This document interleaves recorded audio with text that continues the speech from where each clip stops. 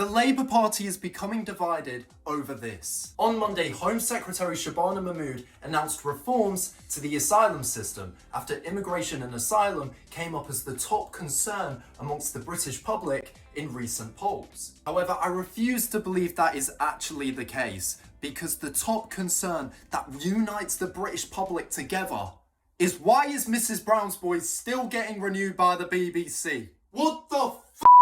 Now, before the announcement, there were reports that the government were planning to confiscate jewellery from those in asylum hotels. But the government have come out and said that this isn't exactly the case. It is not the policy of this government to confiscate jewellery from those who are accessing asylum accommodation.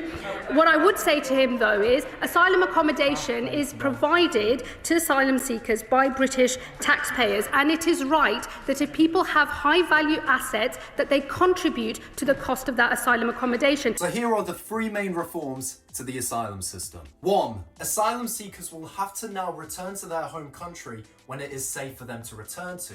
However, if they've stayed in the UK for 20 years or more, they can permanently settle here. 2. Capped safe routes will be open for those fleeing countries like Sudan or Palestine. And 3. Those whose asylum claims are rejected will only be allowed to appeal once. And then if that fails, they will be forced to leave.